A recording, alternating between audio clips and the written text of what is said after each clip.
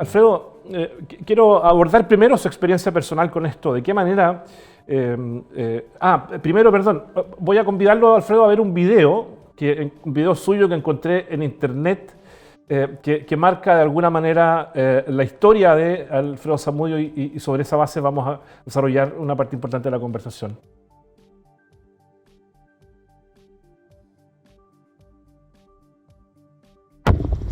Hola, este es un lugar con mucha memoria. Yo no me he parado aquí en este lugar desde hace 50 años, cuando mi padre fue detenido. Justo aquí detrás vivíamos en lo que ahora es un terreno militar. Yo recuerdo haber estado unos 400 metros más allá, o menos, y lo vi que lo detuvieron.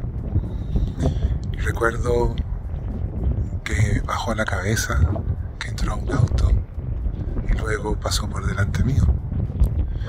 En los últimos días yo he estado pensando qué sentía él en ese momento, cómo se sentía, cuáles eran sus emociones.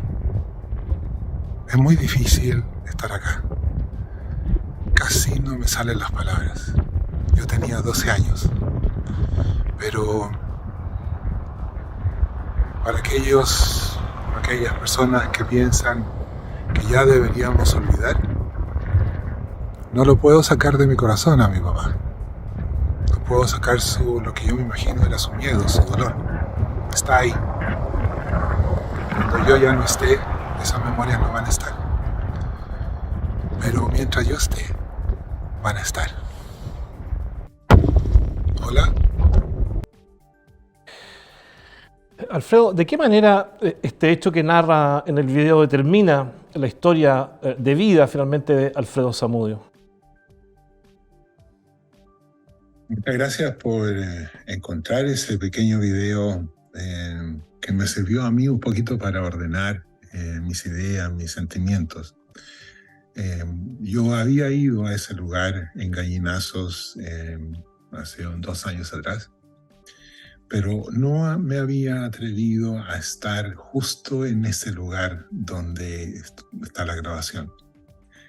¿Y por qué no me había atrevido? Porque cuando yo tenía los 12 años, yo vi que detuvieron a mi papá. Vi su humillación, vi su tristeza. Yo quedé solo en situación de calle durante 3 años. Por supuesto que tuve la ayuda de personas, de gente, de familia, pero en suma yo estuve solo desde los 12 hasta los 15. Una de las cosas que es muy difícil de explicar para nuevas generaciones es el miedo que nuestro país sentía, o al menos quienes estuvimos delante del cañón, literalmente, quienes sentimos el peso de esa violencia. Nuestro país quedó dividido, totalmente. Familias enteras quedaron divididas. Pueblos, no solamente el país políticamente, sino es una brecha gigante que divide a nuestro país emocionalmente, familiarmente, políticamente. Y yo, como todos los chilenos que vivieron esa época, o observándola, o viviéndola, los sentimientos de esas imágenes que ustedes están viendo, todos tenemos algo de una memoria, que es muy diferente a leer esto en los libros o tener una opinión política de quién era la responsabilidad de esos hechos. Las memorias de eso, esas emociones están con nosotros.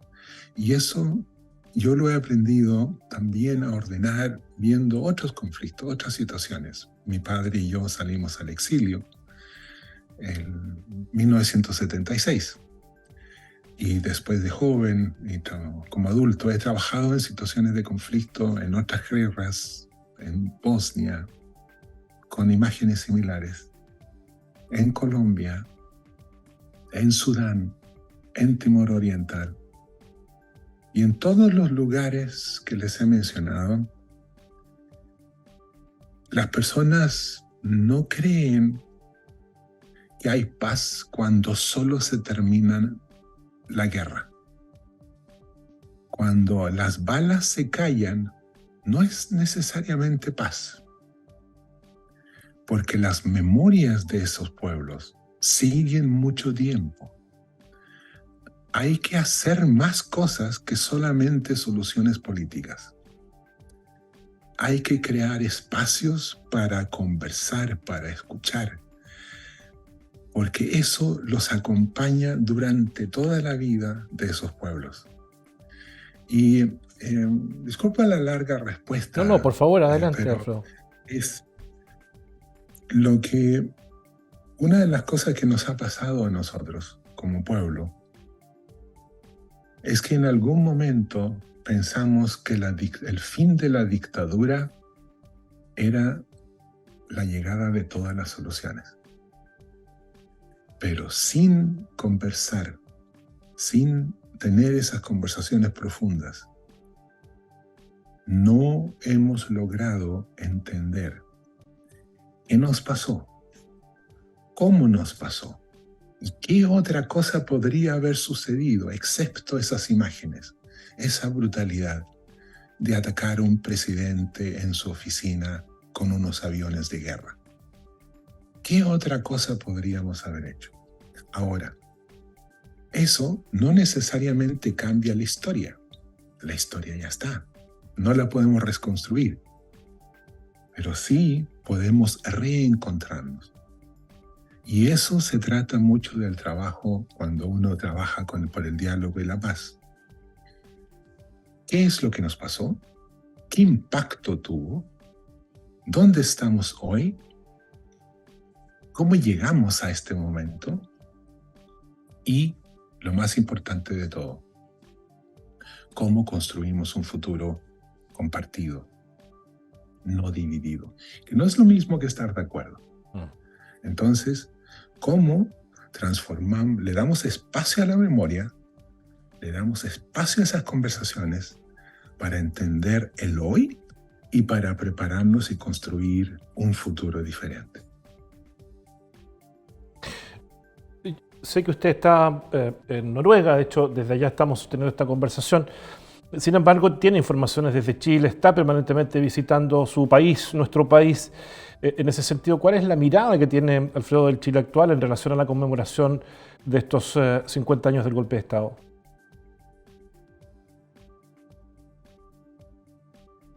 El otro día yo estaba en una conversación con gente de distintos sectores de nuestra sociedad y que nos decían que la división que se observa en los medios no es una división que se observa en la gente, es una división entre el mundo político, que opera con un cierto lenguaje, con unas ciertas reglas, con unas ciertas formas, con unos ciertos objetivos, unas ciertas motivaciones. Es legítimo en una democracia, totalmente. Pero esa no es la realidad de la gente. Las personas se relacionan de otra forma, se humanizan mucho más. El mundo político, en su lenguaje y en su forma, tiene ese impacto que está teniendo, pero hay que cuidar la democracia para que ese lenguaje, esas normas del mundo político no deshumanicen al resto del país. Porque el resto del país se ve, aunque sean de mundos diferentes, aunque sean de partidos diferentes, aunque sean de grupos diferentes, tenemos muchos más puntos de encuentro y de colaboración. Por eso de que lo que yo veo y escucho y a través de nuestro trabajo es que vemos gente echada para adelante, muy luchadora, muy trabajadora, que trata de sobrevivir en un entorno difícil con todos los problemas de nuestra sociedad, pero que cree que es posible aún que la escuchen, La gente desea ser escuchada. ¿Cómo se logra construir esos puntos de encuentro? Eso es lo que nosotros vemos así en general. No creemos que esto es una cosa imposible de desenredar. Nosotros nos damos cuenta cuando hacemos conversaciones, talleres, todo, la gente llega con todos esos miedos, con todas esas rabias, pero cuando empiezan a conversar, suceden cosas entre personas de diferentes posturas. Hay que crear más puntos de encuentro. Ahora, hablamos de la utilidad, de alguna manera el video lo reflejaba, ¿no? Esta utilidad del ejercicio de la memoria. Y en Chile se han hecho esfuerzos por recuperarla. Comisión RETIC, Valech, mesas de diálogo, hoy está el Plan Nacional de Búsqueda. Sin embargo, llegamos, Alfredo, a los 50 años de conmemoración con un Chile en mayor conflicto, da la impresión que hace, por ejemplo, 10 años atrás, 20 años atrás. ¿Cuál cree usted que es la razón para esta predisposición? ¿Predisposición para qué cosa? Perdón. Para la división que genera y la efervescencia que genera la conmemoración de los 50 años del golpe, que, insisto, se ve de alguna manera aumentada a partir de estos 50 años que lo que se vio hace 10, 20, 30, 40 años atrás.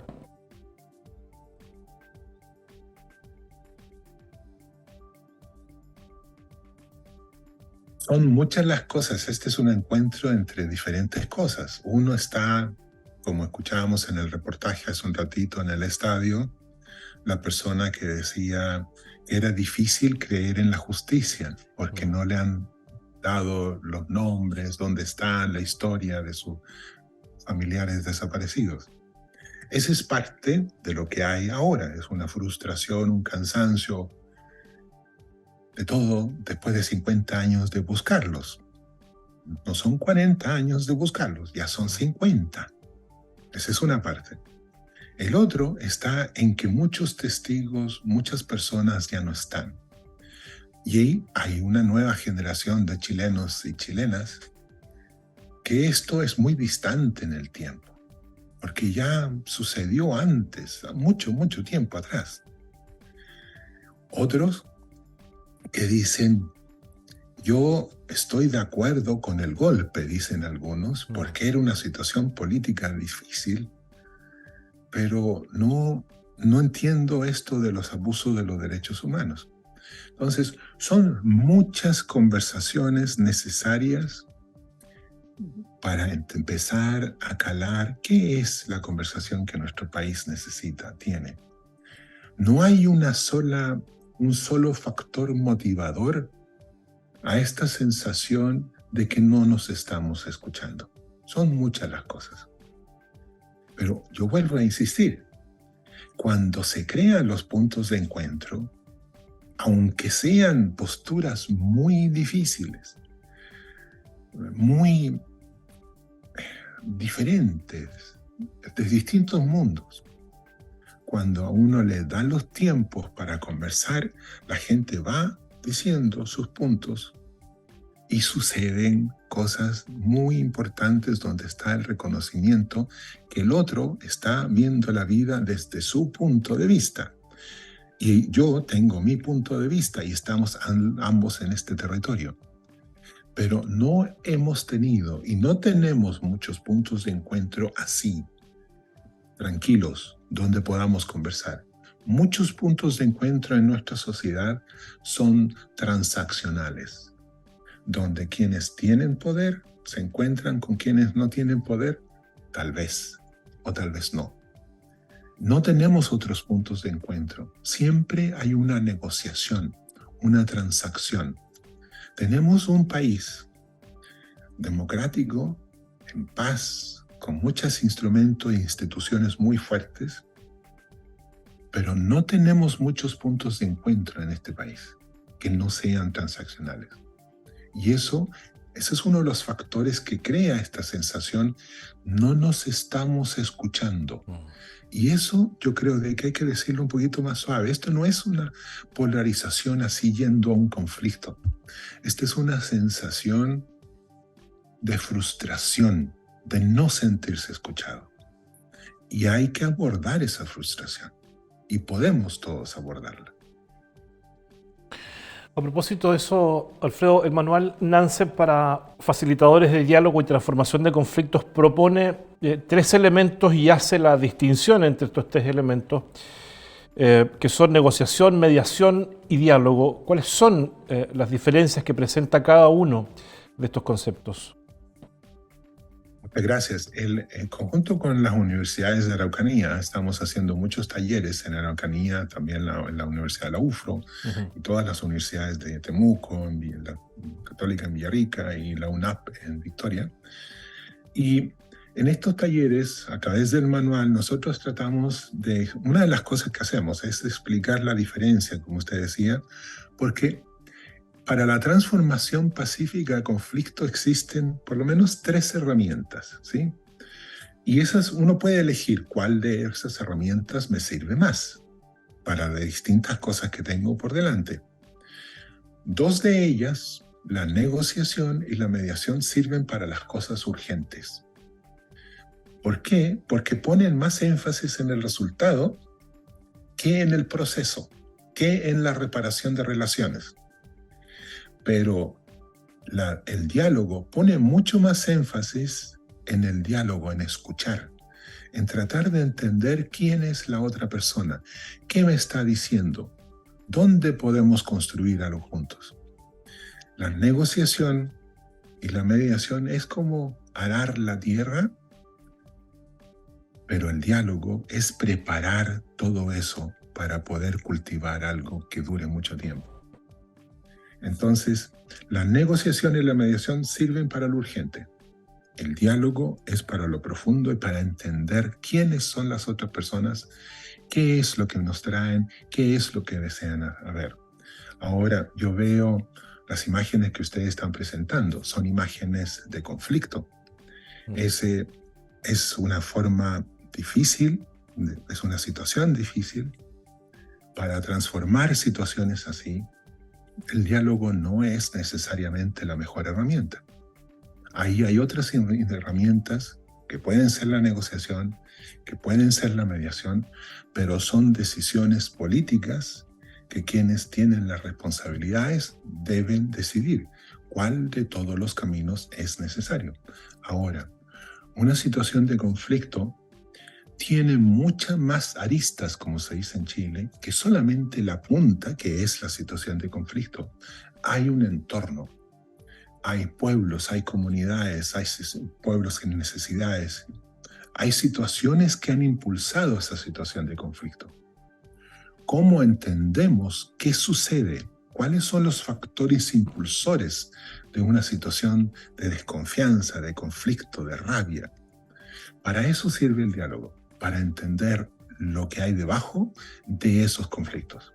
Entonces, por eso, no es un curso, no es un taller, pero cuando uno va a tratar de transformar una situación de conflicto, primero hay que ver qué es lo que tengo por delante, qué es, cuánto tiempo tengo, quiénes son mis recursos, qué puedo hacer yo, cuál es mi mandato. Y según eso, decides cuál es la herramienta que puedes usar. Negociación, mediación o diálogo. Y nosotros solamente facilitamos talleres de diálogo en Araucanía. Sí, lo que pasa es que siento que la conversación, si bien gira en torno a la conmemoración de los 50 años, se puede extrapolar también a otras situaciones como lo que están haciendo ustedes en la Araucanía. En estas definiciones, Alfredo, ¿cómo se resignifica, cómo se ajusta, cómo se incorpora el perdón? ¿O dialogar, por otro lado, significa necesariamente perdón?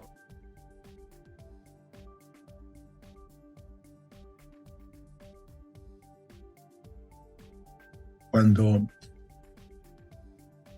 yo le voy a hablar ahora de otras situaciones, ¿sí? De otros conflictos. Por ejemplo, en Colombia, que conozco bastante bien, hay víctimas, personas que han sido víctimas de crímenes atroces,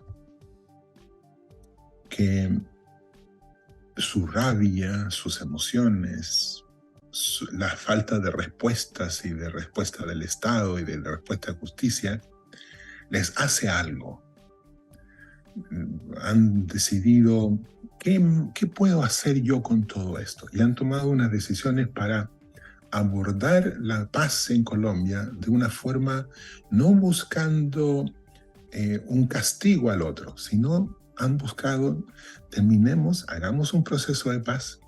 Yo conozco varias personas así, sobrevivientes de conflicto, que han tomado una decisión personal, no de perdonar, como uno dice, ya todos tus pecados están libres, sino yo me puedo sentar a conversar contigo, pero con una condición. Me tienes que contar por qué lo hiciste. ¿Qué hiciste? Y solamente el encuentro tiene esa condición. Y eso es muy potente, porque esa persona en su personal puede decir, ya entiendo, bla, bla, bla, y tal vez algo religioso, no sé, pero tal vez si el perdón o no, pero la motivación del encuentro tiene mucho que ver también con una decisión personal de las personas. ¿Qué es lo que yo necesito que suceda? Yo necesito que esas personas dejen de hacer violencia, por ejemplo. Otra cosa es que yo necesito que esas personas me digan por qué lo hicieron. Pero depende de tu motivación, de tu necesidad como víctima, como sobreviviente, como quien ha recibido esa violencia. Yo, desde el punto de vista como alguien que facilita procesos de diálogo, no puedo decirle a esa persona qué es lo que tú necesitas. Esa persona lo decide, y si podemos ayudar para esa conversación, para ese proceso, perfecto. Pero nunca uno puede decir lo que tú como víctima necesitas es decirle perdón a tales por cuales. No se puede, porque sería intervenir demasiado en un proceso que tiene que tomar el tiempo que tiene que tomar. Porque cuando se sucede así, las transformaciones en esas personas va a llevar al país muy lejos. ¿Y qué rol juega aquí, Alfredo, la verdad como un concepto casi tangible, ¿no? Como un concepto casi material? ¿Existe efectivamente este concepto de la verdad en esta proposición de encuentro, de escucha, de diálogo finalmente?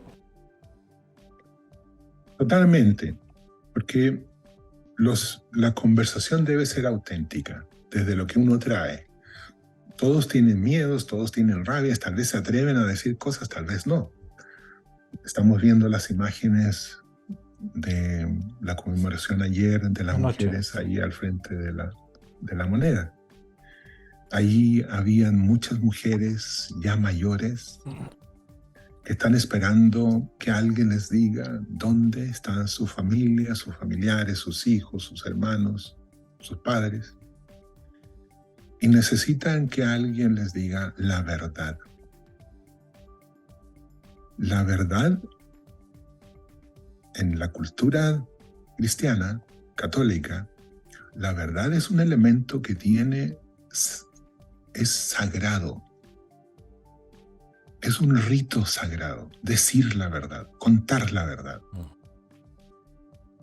El país, al crear espacios para contarnos las verdades, podríamos avanzar muchísimo.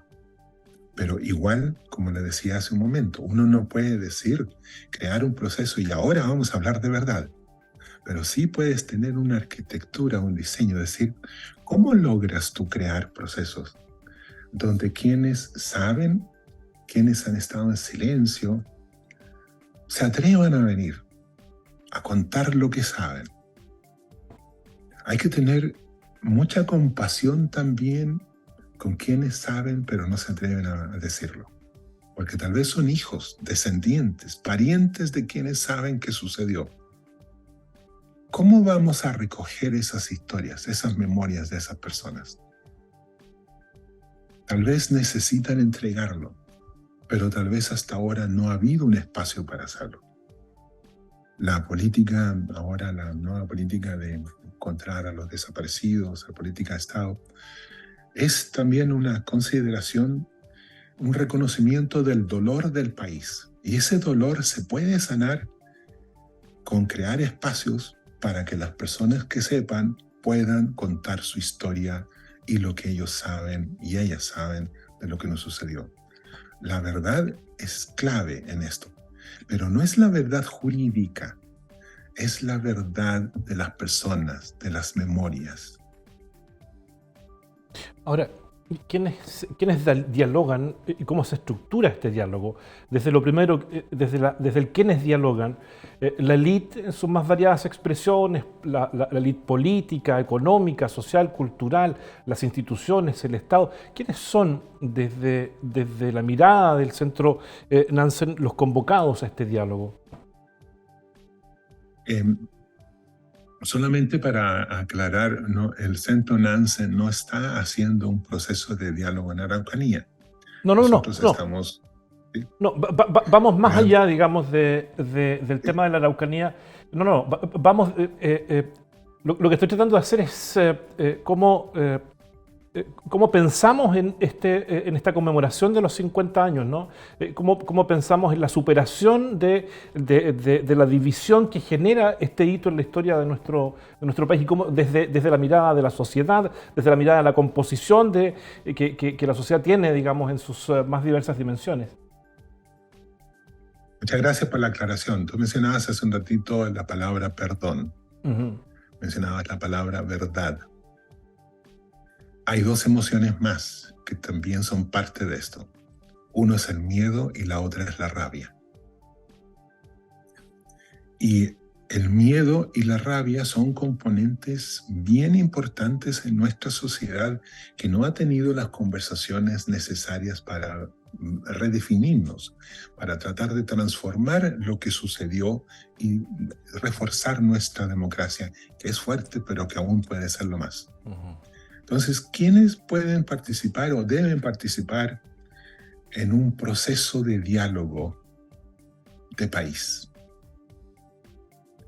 La respuesta está ahí. Todos los componentes del país. Porque si tú haces solamente una conversación de élite, el resto del país tal vez lo puede acompañar, lo puede entender, pero no necesariamente lo va a sentir como que es una conversación suya.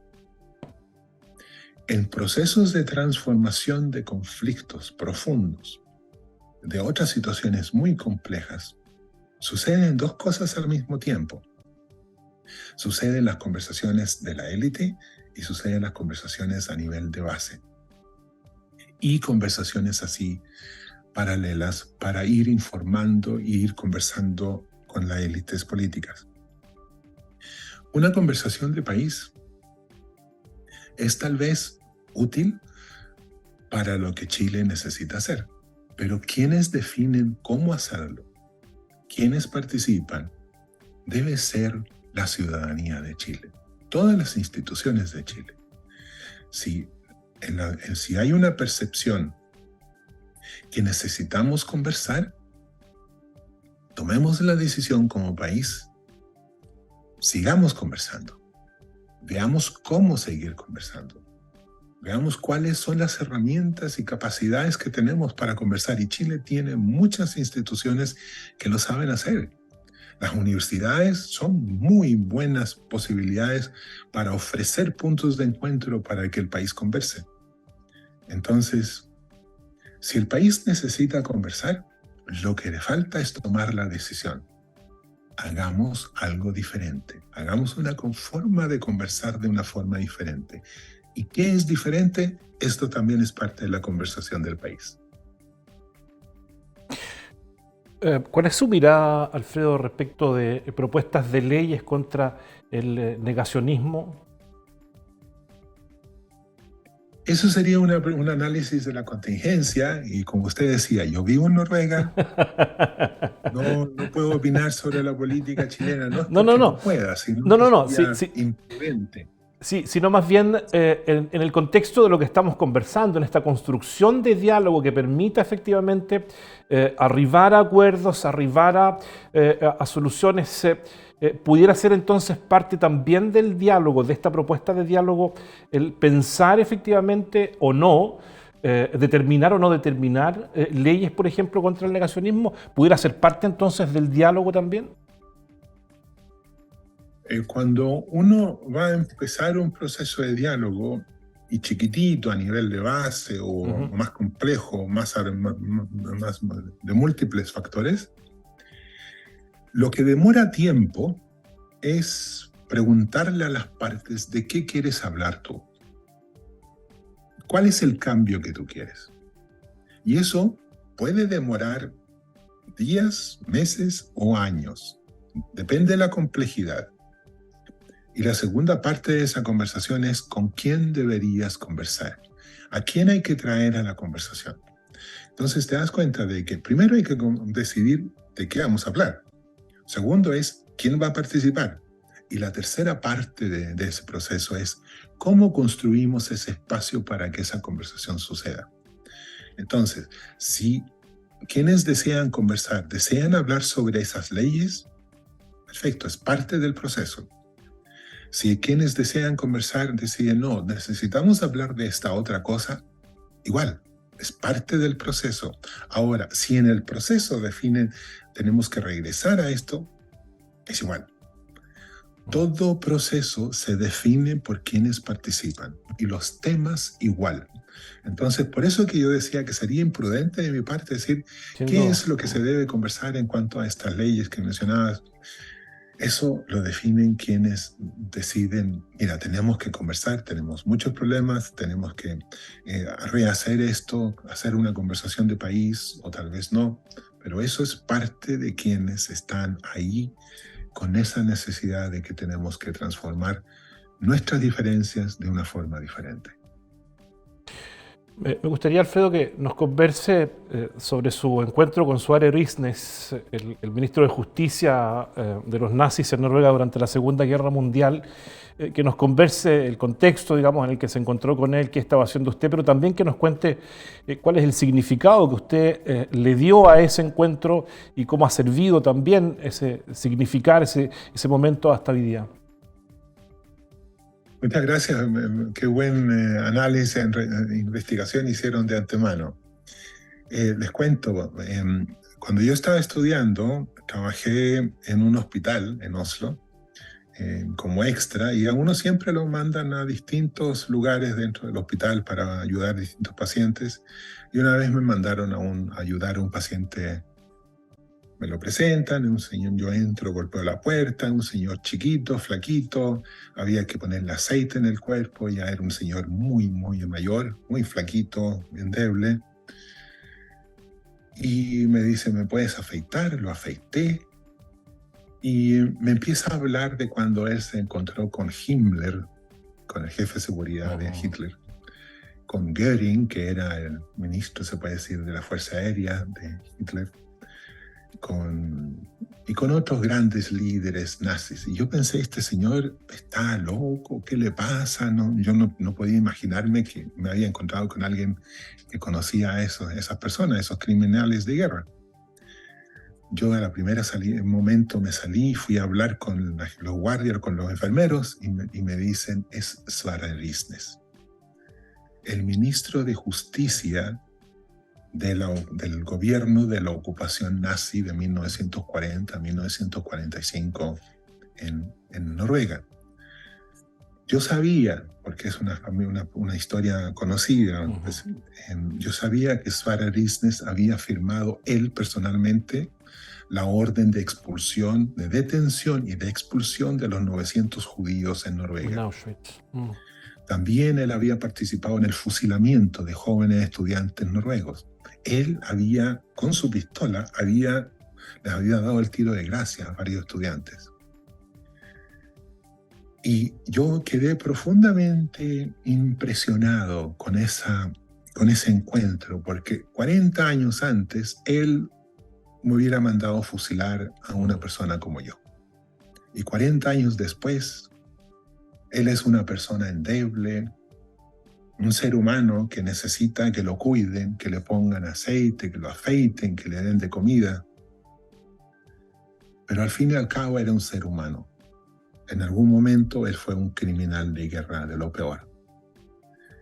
Y para mí fue importante eso porque primero me di cuenta de la fragilidad de todas estas cosas. Y me di cuenta de que detrás de ese monstruo también estaba esta persona.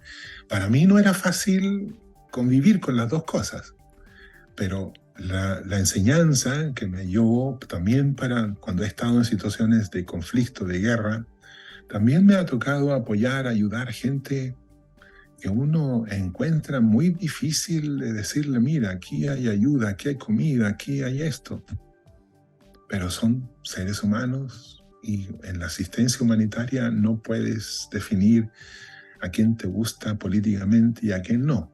Todos necesitan ayuda.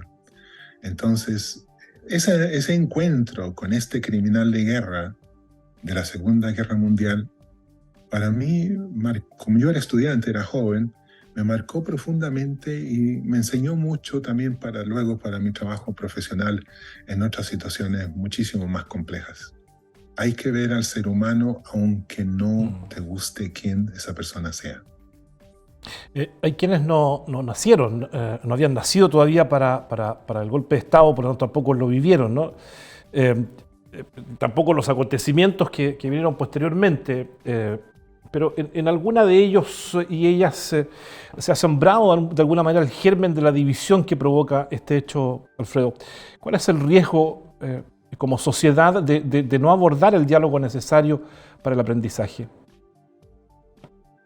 Es una muy buena pregunta porque tiene que ver con cómo construimos la memoria colectiva. Y la memoria colectiva no es solamente de quienes vivieron como testigos o como autores, ejecutores, sobrevivientes del golpe.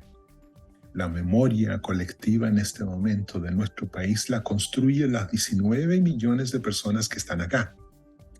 Es un puzzle.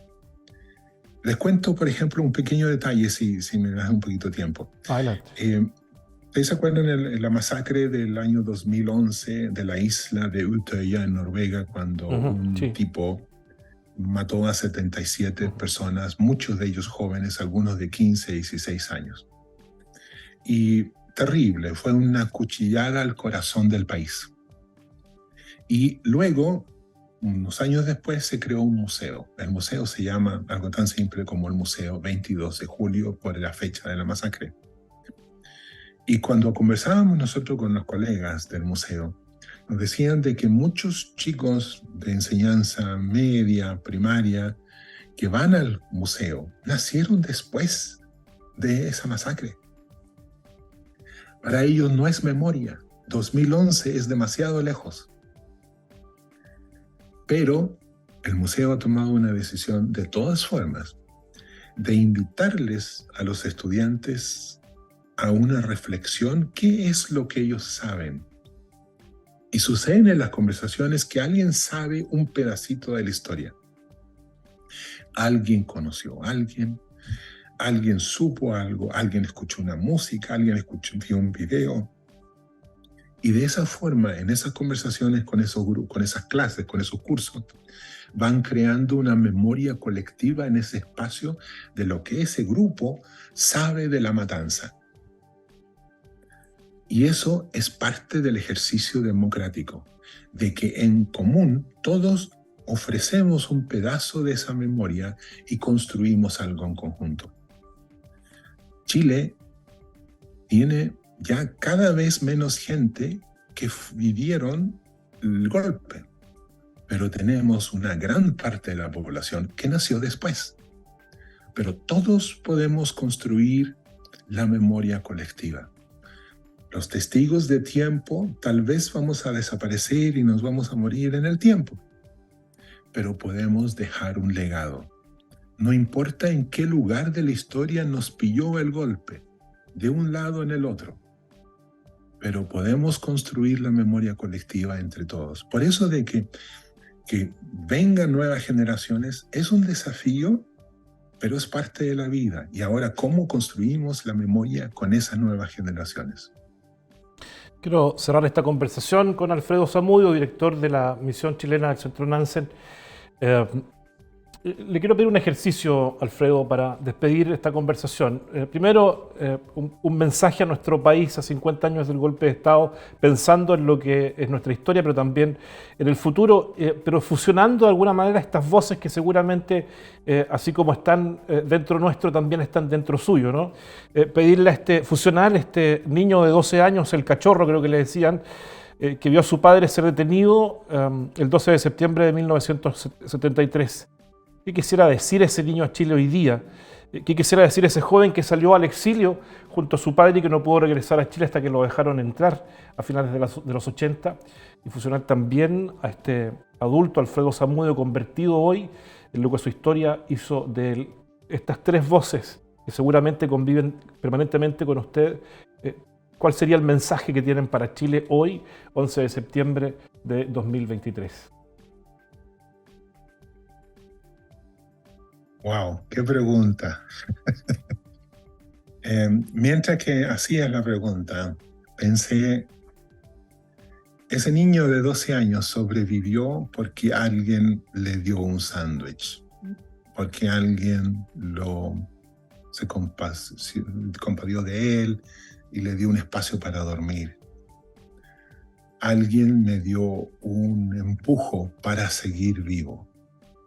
Aunque fuera una cosita chica, alguien en algún momento me ayudó para sobrevivir. Yo estoy aquí en este momento gracias a muchas personas como esas, que aunque suene tonto, pero comer a alguien, a un niño en la calle, puede tener estos resultados. 50 años después, esa persona se puede desarrollar y puede hacer cosas como la que estamos haciendo aquí, conversando tú y yo. Ese joven que salió a Noruega dejó de tartamudear después de 2 semanas en Noruega. Los 3 años de sobrevivir en las calles y a la deriva me afectó muchísimo. Este país me expulsó, otro país me recibió. Y tuve la suerte de llegar a un país que me pudiera ayudar a recuperar ser joven y sin odio. Y nosotros como país también recibimos jóvenes adultos de otros países. Y también podemos crear eso, de ser anfitriones, de poder ayudar a personas que necesitan ayuda como muchos de nosotros lo necesitamos.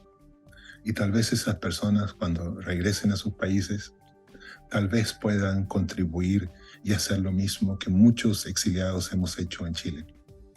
Y este adulto, yo lo que veo, con los 2,5 metros que tengo, y con la ayuda de nuestros colegas en Chile y de muchísima gente que ha participado en las conversaciones, en los talleres, lo que yo veo en mi país, no importa el lugar político, la historia que tengan, es que nuestro país necesita un abrazo, necesita una palmadita en el hombro, que le digamos, vamos a salir adelante. Hay cansancio, hay miedo, hay rabia, hay de todo, pero hay también un ojalá se pudiera transformar esto. Y sinceramente, hoy, 11 de septiembre, 50 años después del golpe, un abrazo a mi país y podemos salir adelante. Alfredo, le agradezco muchísimo esta conversación, le agradezco muchísimo además su disposición y el tiempo que nos ha prodigado para conversar de este importante tema para nuestro país, que es también su país. Le mando un abrazo a la distancia, que esté muy bien. Muchas gracias.